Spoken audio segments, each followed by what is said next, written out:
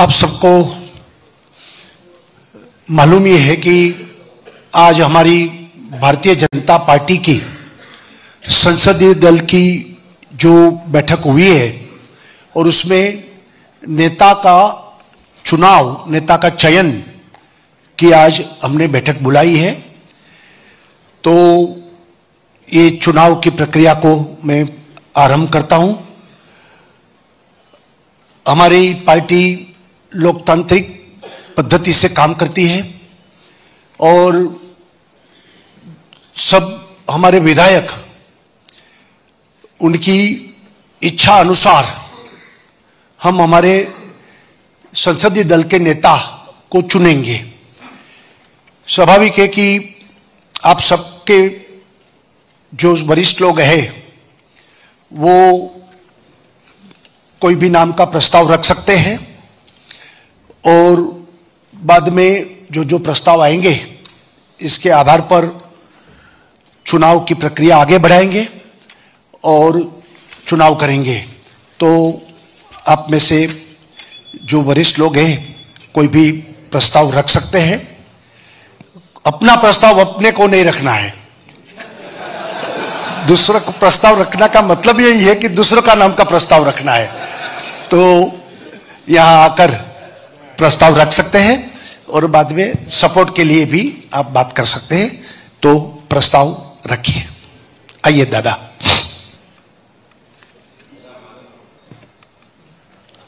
मी महाराष्ट्राच्या विधिमंडळ गटनेतेपदी आपल्या सगळ्यांचे मित्र, आपल्या सगळ्यांचे नेते, आपल्या सगळ्यांचे मार्गदर्शक माननीय देवेंद्रजी, सरिता ताई, माननीय देवेंद्रजी, सरिता ताई, गंगाधरराव फडणवीस यांचं नाव या ठिकाणी सुचवतो। माता की अरे सर्वांचे हात वरती घ्या। आपला काही सनी देवलचा हात आहे का 2.5 किलोचा? भारत माता की वंदे। छत्रपती शिवाजी महाराज की, छत्रपती संभाजी महाराज की। भारतीय जनता पार्टीच्या विधिमंडळ गटनेतेपदी छत्रपती शिवाजी महाराजांच्या विचारावर श्रद्धा ठेवून चालणारे शिवभक्त श्री देवेंद्र सरिताताई गंगाधरराव फडणवीस यांच्या नावाचा प्रस्ताव आपल्या समोर मांडतो।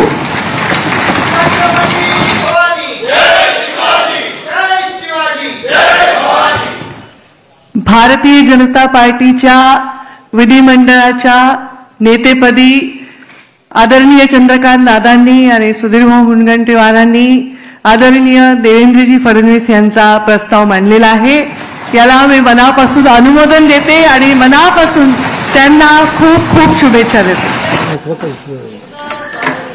सन्माननीय चंद्रकांत दादा पाटील आणि सुधीरभाऊ मुनगंटीवार यांनी जो विधिमंडळाच्या गटनेतेपदी आपले नेते देवेंद्र फडणवीस साहेब यांचा जो प्रस्ताव मांडलाय त्याला मी अनुमोदन देतो।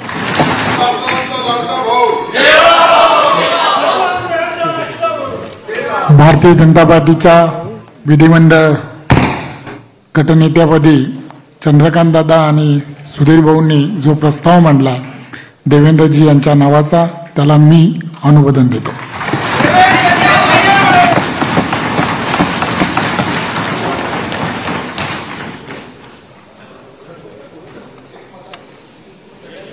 मी मेघना दीपक साकोरे बोर्डीकर आज भारतीय जनता पार्टीच्या विधिमंडळ गटनेतेपदी आदरणीय चंद्रकांत दादा व आदरणीय सुधीर भाऊंनी ज्या नवमहाराष्ट्र घडवण्याची क्षमता असलेल्या आदरणीय देवेंद्र फडणवीस साहेबांच्या नावाला जो प्रस्ताव मांडलेला आहे त्याला मी अनुमोदन देते। धन्यवाद।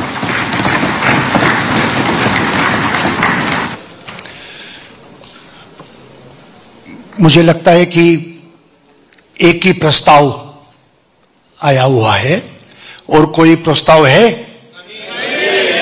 पक्का?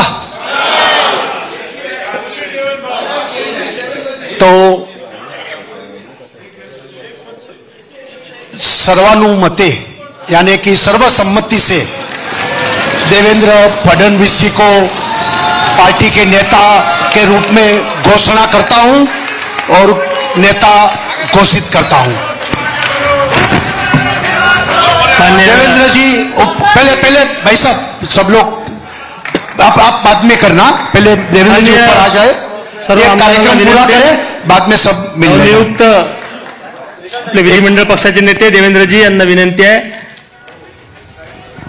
त्यांनी मंचावर यावं।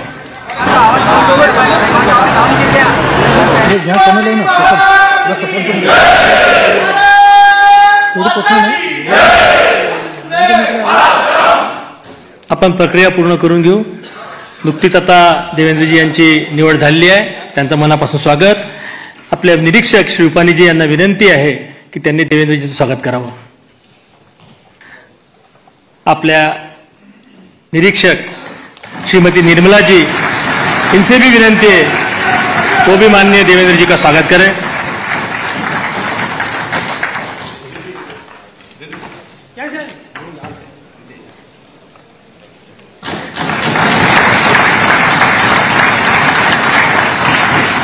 आपल्या प्रदेशाचे अध्यक्ष बावनकुळे साहेब यांना नम्र विनंती आहे त्यांनी देवेंद्रजीचं स्वागत करावं। आपले मुख्य प्रतोद श्री शेलार साहेब यांना विनंती आहे त्यांनी पण देवेंद्रजींचं स्वागत करावं।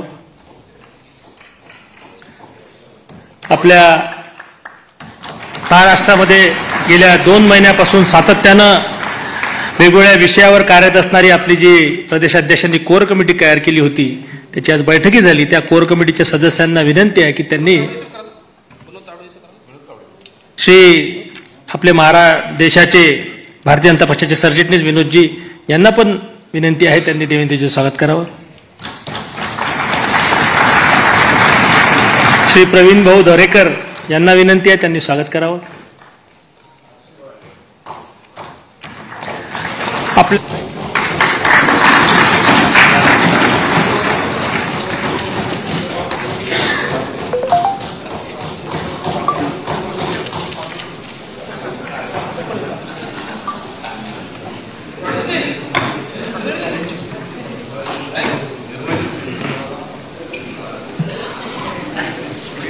आपल्या देशाच्या वित्तमंत्री श्रीमती निर्मलाजी इनसे नम्र निवेदन है कि वो स्वागत पर 2 शब्द कहें।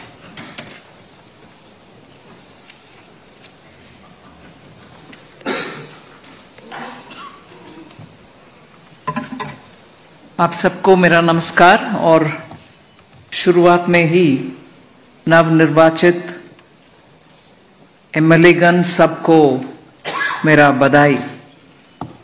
और इस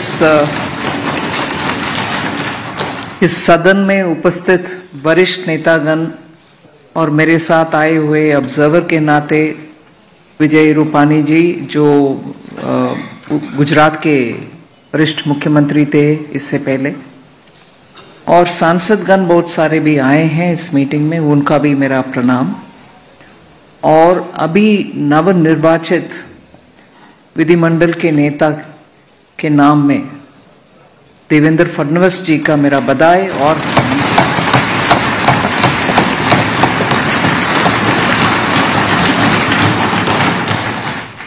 इस चुनाव के दौरान महाराष्ट्र के 14 करोड़ जनता जनार्दन के डिसीजन पूरे भारत के लिए एक संदेश है। ये रेगुलर असेंबली इलेक्शन नहीं है। लोकसभा चुनाव के बाद महाराष्ट्र के इस चुनाव, इससे पहले हरियाणा का, इन दोनों से जनता के संदेश स्पष्ट है और महाराष्ट्र से ऐसे unexpected unprecedented victory is a big message towards विकसित भारत। मैं मानती हूं कि जनता उनके अनुभव के अनुसार पिछले गठबंधन के सरकार जो कांग्रेस के नेतृत्व में चला, उसके वजह से महाराष्ट्र के पर्टिकुलरली और देश के लिए कितना अनसर्टनिटी और डेवलपमेंट के रास्ते में रुकावट पैदा हुआ, उससे जनता बहुत टायर्ड होकर के मन में उनको क्या चल रहा है हमारे महाराष्ट्र में, ऐसे भावना आकर के आज स्पष्ट निर्देश दिए हैं और उसको सही आगे लेके चलने के लिए आप सब उत्सुक है। और मैं ये जरूर संदेश देना चाहती हूं कि डबल इंजन के सरकार मोदी जी के नेतृत्व में महाराष्ट्र के लिए और महाराष्ट्र के भविष्य के लिए उत्साह से, उमंग से, और जैसे चुनाव पत्र में आपने घोषणा की है उन सभी वायदों को पूरे करते हुए महाराष्ट्र को आगे लेके जाएंगे, ये तो स्पष्ट है। और अभी ये स्पष्ट है कि हम सब महाराष्ट्र का पिछले कांग्रेस के नेतृत्व में चलने वाली सरकार के द्वारा कितना नुकसान हुआ, उन सबको जनता को याद दिला करके हम तेजी से काम करते आगे लेके जाना है। चाहे वो किसान के मामला हो, चाहे इंडस्ट्री का इन्वेस्टमेंट हो महाराष्ट्र में, चाहे हर रीजन का डेवलपमेंट हो महाराष्ट्र में। और प्रमुख बड़ा आज आर्टिफिशियल इंटेलिजेंस को उपयोग करते हुए हमारे ही युवा स्टार्टअप के रूप में इतना नए नए सोच के साथ सॉल्यूशंस दे रहे हैं भारत के इकोनॉमिक और आर्थिक व्यवस्था को सुधार करने के लिए। उन सब का इतना प्रोत्साहन महाराष्ट्र में मिलना चाहिए, मिल रही है, मगर और ज्यादा मिलना चाहिए। उनसे हमें स्पीडीली बहुत सारे काम को आगे ले चलना आसान होगा। महाराष्ट्र फाइनेंशियल कैपिटल मुंबई है, देश का फाइनेंशियल कैपिटल मुंबई, और फाइनेंशियल वर्ल्ड में स्टार्टअप के इतनी कंट्रीब्यूशन दुनिया में एक देश हम जैसे नहीं है जहां फिनटेक में हम सामने नंबर 1 के पोजीशन में आ रही। सिंगापुर से जब हमारा बात होती है वो हमारे फिनटेक के ऊपर इतना इम्प्रेस्ड है और मानते हैं कि फिनटेक के द्वारा ही हमारे इकोनॉमिक डेवलपमेंट जल्दी होने का संभावना है। अगर फिनटेक का इतना महत्व है और उसमें पैसा डालने के लिए बहुत सारे लोग तैयार है विदेश में, महाराष्ट्र में उनको प्रोत्साहन देने वाले काम बहुत होना चाहिए। उससे महाराष्ट्र का लीडरशिप रोल बरकरार रहेगा। और जैसे इससे पहले महाराष्ट्र की कल्चर, लिटरेचर, भाषा और थॉट लीडरशिप का स्थान था, वो स्थान हम तुरंत और दोबारा प्राप्त करना है। और उसमें मैं माननीय प्रधानमंत्री जी का याद दिलाऊं, इस विषय में उनका कदम हम पिछले 6-8 महीने में जो हुआ उसको याद दिलाना जरूरी है। मराठी भाषा को क्लासिकल लैंग्वेज स्टेटस देना, और उससे पहले वरकरी संप्रदाय के लोग जुलाई में जब जाते हैं आषाढ़ के एकादशी के समय, उनके लिए वो कॉरिडोर बनाना, ये सब महाराष्ट्र और मराठी और महाराष्ट्र के थॉट लीडरशिप और कल्चरल लीडरशिप का प्रधानमंत्री जी प्रमुखता देते हैं, उसका एग्जाम्पल्स उदाहरण है। और महाराष्ट्र का एक बड़ा एक निर्णय पिछले 50 साल में होना था, वो कभी नहीं हुआ, पता नहीं कारण क्या है, मगर अभी मोदी जी के द्वारा वदावन पोर्ट, जो उनका ड्राफ्ट के वजह से भारत में ही सबसे ड्राफ्ट ज्यादा अधिक है ऐसे पोर्ट, 76,000 करोड़ का अनाउंसमेंट होना सामान्य निर्णय नहीं है। ये सब स्पष्ट करता है कि केंद्र में मोदी जी के सरकार महाराष्ट्र के उन्नति के लिए कितने सारे स्कीम्स ले आ रहे हैं, उसको तुरंत इंप्लीमेंटेशन करना। और मैं इसमें उदाहरण में देती हूं क्योंकि इसको मैं क्लोजली मॉनिटर करती हूं। बुलेट ट्रेन का व्यवस्था, अब तक ट्रेन चलता होगा अगर बीच में वो कांग्रेस लेड गवर्नमेंट नहीं आते और उसमें रुकावट ना पैदा करते। जापान से हमें इतना सस्ता से लोन मिला उस कारण, मगर डिले के कारण वो इधर उधर हो करके इतना कष्ट हम झेल रहे हैं। ऐसे ही आ रहे शेड, मेट्रो का, कार्स का शेड, कितने दिले किसके लिए? मुंबई सबर्बन ट्रेन्स का भीड़ हम देख रहे हैं, उसमें जनता का सुविधा के लिए हम काम करने के लिए सामने आए, रुकावट पैदा करने वाले दूसरे पार्टी है। अभी मैं मानती हूं जनता इन सब को देख लिए और समझ लिए, इसलिए हमें इतना बड़ा सा मैंडेट दिए हैं। और इधर इस हॉल में नव निर्वाचित एमएलए गण के उत्साह देखकर मैं जरूर ये कहना चाहती हूं, मुंबई का अग्रणी स्थान हम तुरंत वापस ले आने के लिए काम करेंगे।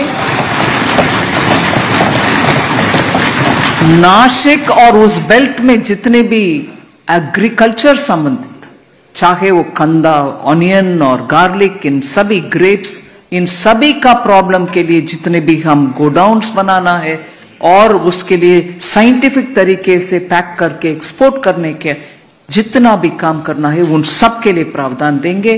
और डिफेंस का मैन्युफैक्चरिंग में अग्रणी स्थान, इधर कॉरिडोर नहीं आया मगर उससे ज्यादा काम हो रही है, उसके लिए केंद्र सरकार के द्वारा defence manufacturing, defence component manufacturing के लिए हम डेफिनेट डेवलपमेंट के लिए हम काम करेंगे। ऐसे ही विदर्भ क्षेत्र के लिए हम जरूर काम करना है, अच्छा सा ग्राउंड लेवल तक लेके जाना है डेवलपमेंट, वो भी हमारे मन में रहेगा। जैसे मैं हैदराबाद में बहुत सारे साल जीत चुकी हूं, इसीलिए लातूर, नांदेड़ उस प्रांत के ऊपर मेरा पर्सनल परिचय है, उस इलाके का भी हम प्रावधान देना है। आई एम श्योर आप सबके उत्साह से, एंथुसियाज्म और ग्राउंड में आपका कनेक्ट के वजह से और अभी नवनियुक्त नेता के लीडरशिप में हम सब जाएंगे और दिल्ली में केंद्र सरकार के द्वारा, प्रधानमंत्री मोदी जी के द्वारा पूरे कोऑपरेशन के साथ डबल इंजन, पावरफुल इंजन बन करके महाराष्ट्र को first in the country state बनाएंगे। ये हम सब साथ होकर के काम करना है। बहुत आनंद हुआ इस एक मत निर्णय में, यूनानिमस रेसोल्यूशन के ऊपर। मैं आप सबको बधाई देती हूं। हम एक है तो सेफ है। धन्यवाद।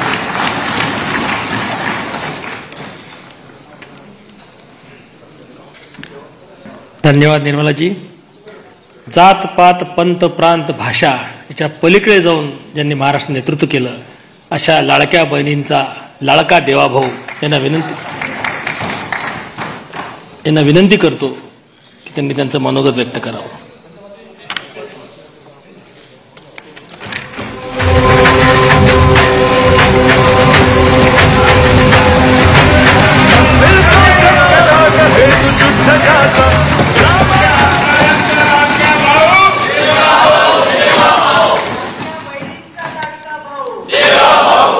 हिंदवी स्वराज्याचे सरसंस्थापक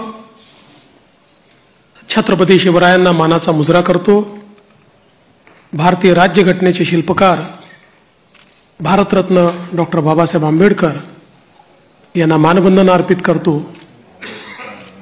आज आपली सगळी प्रक्रिया पार पाडण्याकरता या ठिकाणी उपस्थित झालेले गुजरातचे माजी मुख्यमंत्री आदरणीय रुपाणीजी, त्यांच्यासोबत आलेल्या भारताच्या वित्तमंत्री आदरणीय निर्मलाताई सीतारामनजी, आपले अध्यक्ष चंद्रशेखर बावनकुळेजी, माननीय विनोद तावडेजी, माननीय शिवप्रकाशजी, मंचावर उपस्थित असलेले सन्माननीय आशिष शेलारजी, प्रवीण दरेकरजी, या ठिकाणी आपल्या सहयोगी पक्षाचे जनसुराज्याचे विनय कोरेजी, त्याचप्रमाणे युवा स्वाभिमानचे रवी राणाजी, रासपचे रत्नाकर गुट्टेजी, आपल्याला ज्यांनी समर्थन दिलं ते एकमेव अपक्ष आमदार शिवाजी पाटील, भारतीय जनता पक्षाचे विधानमंडळातील माझे सर्व ज्येष्ठ सहकारी, कोर कमिटीचे सर्व सदस्य, माझ्या सर्व भगिनी आणि बंधूंनो, सर्वप्रथम आपल्या सर्वांचे मी आभार मानतो की आपण एकमताने या ठिकाणी विधिमंडळ गटाचा नेता म्हणून माझी निवड केली आणि ही निवड प्रक्रिया करण्याकरता या ठिकाणी आलेले माननीय रुपाणीजी आणि माननीय निर्मला सीतारामनजी यांचे देखील अतिशय मनापासून मी आभार मानतो.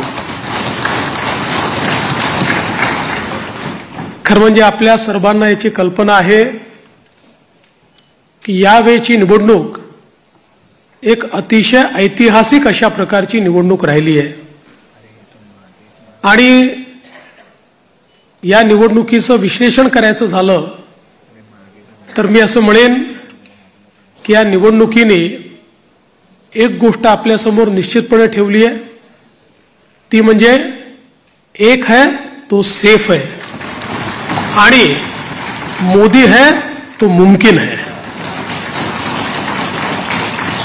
मोदीजींच्या नेतृत्वामध्ये देशामध्ये विजयाची मालिका ही लोकसभेनंतर पुन्हा एकदा हरियाणापासून सुरू झाली आणि महाराष्ट्राने जे मॅन्डेट या ठिकाणी आपल्याला दिलेलं आहे, खरं म्हणजे महाराष्ट्राच्या जनतेला मी साष्टांग दंडवत घालतो. अशा प्रकारचं मॅन्डेट महाराष्ट्राच्या जनतेने आपल्याला दिलेलं आहे. विशेषतः या संपूर्ण प्रक्रियेमध्ये आपल्यासोबत पूर्णपणे तनमनाने या ठिकाणी असलेले महाराष्ट्राचे मुख्यमंत्री माननीय एकनाथराव शिंदेजी आणि महाराष्ट्राचे उपमुख्यमंत्री सन्माननीय अजितदादा पवारजी यांचे देखील मी अतिशय मनापासून आभार मानतो आणि तद्वतच आमचे आरपीआयचे नेते रामदास आठवलेजी आणि आमच्या सगळ्या मित्रपक्षांचे देखील मनापासून आभार मानतो. खरं म्हणजे अतिशय महत्त्वाचं अशा प्रकारचे वर्ष आहे. एकीकडे आपण सगळे लोक ज्या प्रक्रियेतनं निवडून येतो ती प्रक्रिया ज्या संविधानाने आपल्याला दिली, भारतरत्न डॉक्टर बाबासाहेब आंबेडकरांनी तयार केलेलं आमचे संविधान, या संविधानाची 75 वर्ष पूर्ण होत आहेत आणि म्हणून सर्वार्थानं एक अत्यंत महत्त्वाचं अशा प्रकारचे वर्ष आहे.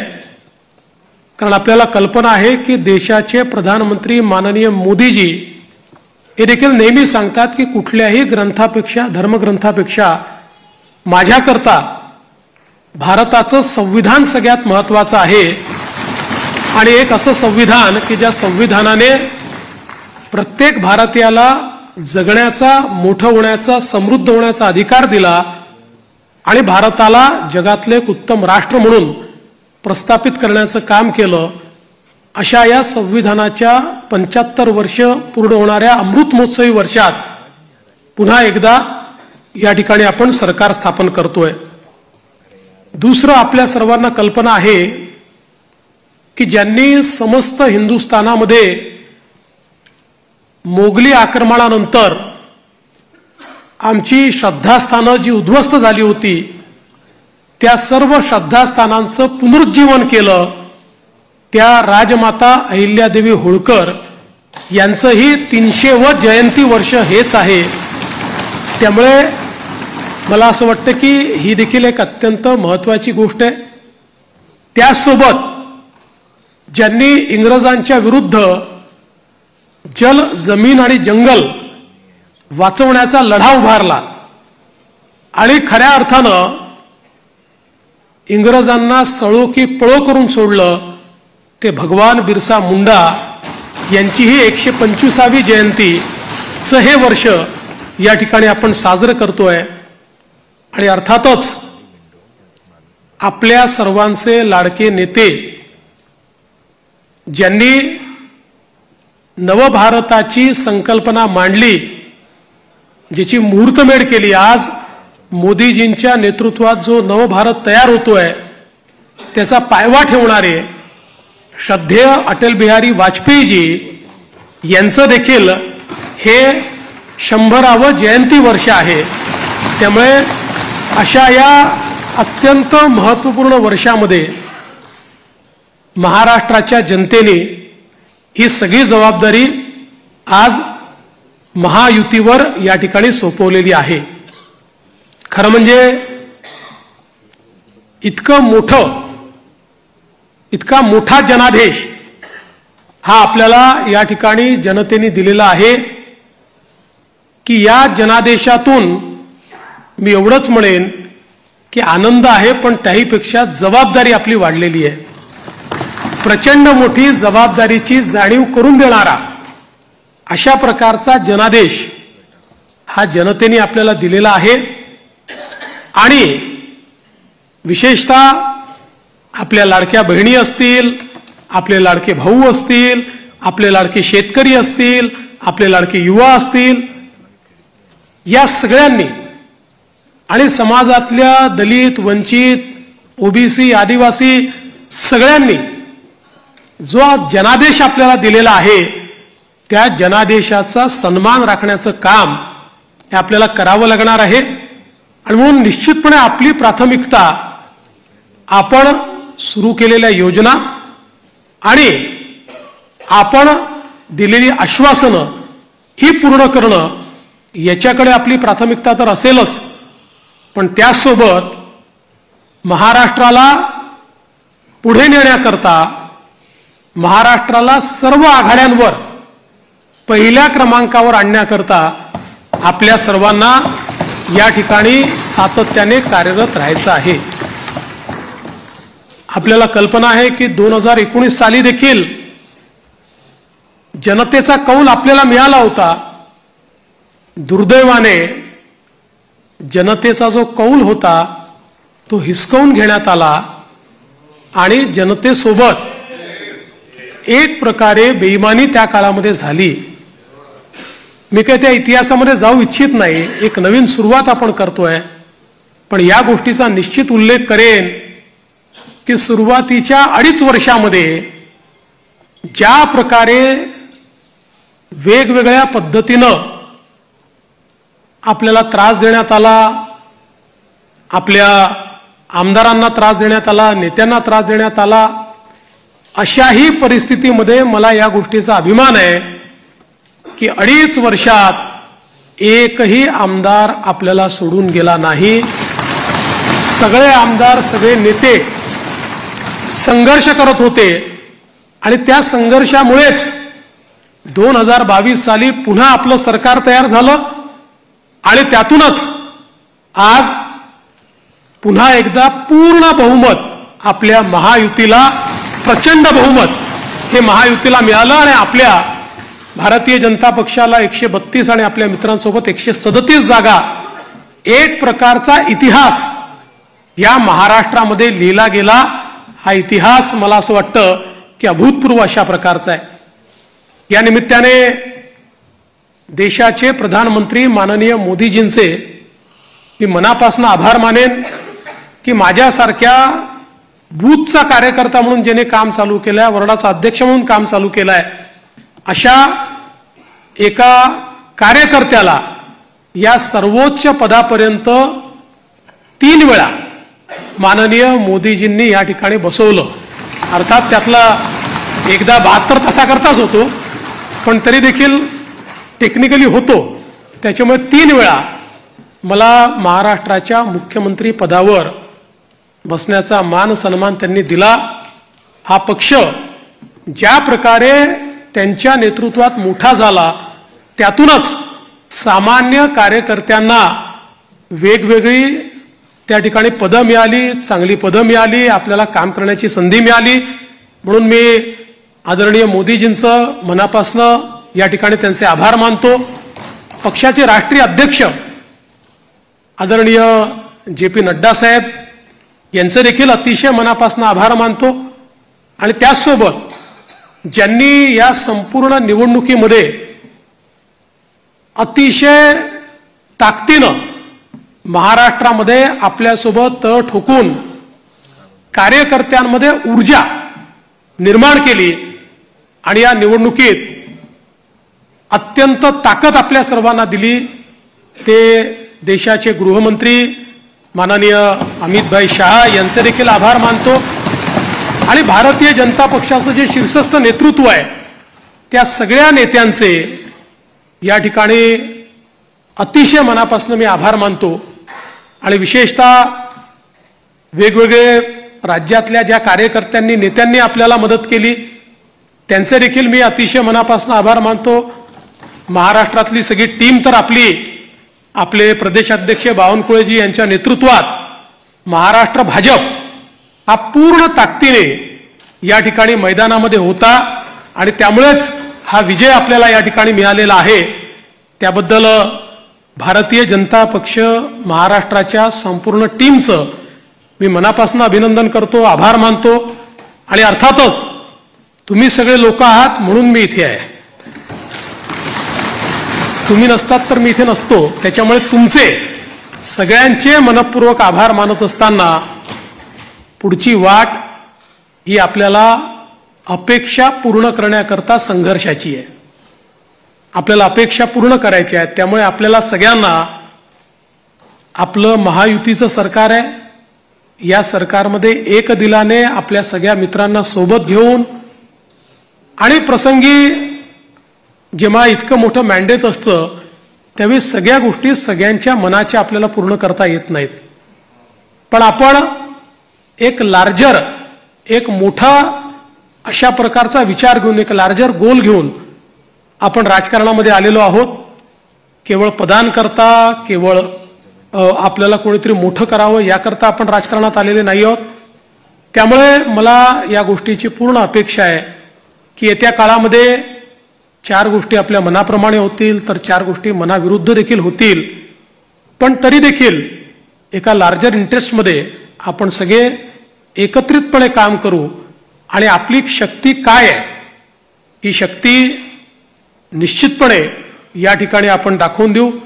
आज या निमित्ताने पुन्हा एकदा आपल्या सगळ्यांचे आभार मानत असताना महाराष्ट्रातल्या दीन दलित गोर गरीब आदिवासी शेतकरी शेतमजूर महिला ओबीसी अल्पसंख्याक सगळ्या समाजाला या ठिकाणी मी आश्वस्त करू इच्छितो की महाराष्ट्राच्या सर्वांगीण उन्नतीकरता, महाराष्ट्राच्या प्रगतीकरता 24 तास आमचं सरकार काम करेल आणि महाराष्ट्रातल्या सामान्य माणसाच्या आशा आकांक्षा अपेक्षा या निश्चितपणे पूर्ण करण्याचं काम आम्ही करू। पुन्हा एकदा आपल्या सर्वांचे आभार मानतो। माननीय देशाचे पंतप्रधान नरेंद्र मोदीजी यांचे मनापासून आभार मानतो आणि माझं बोलणं संपवतो। धन्यवाद। जय हिंद, जय महाराष्ट्र।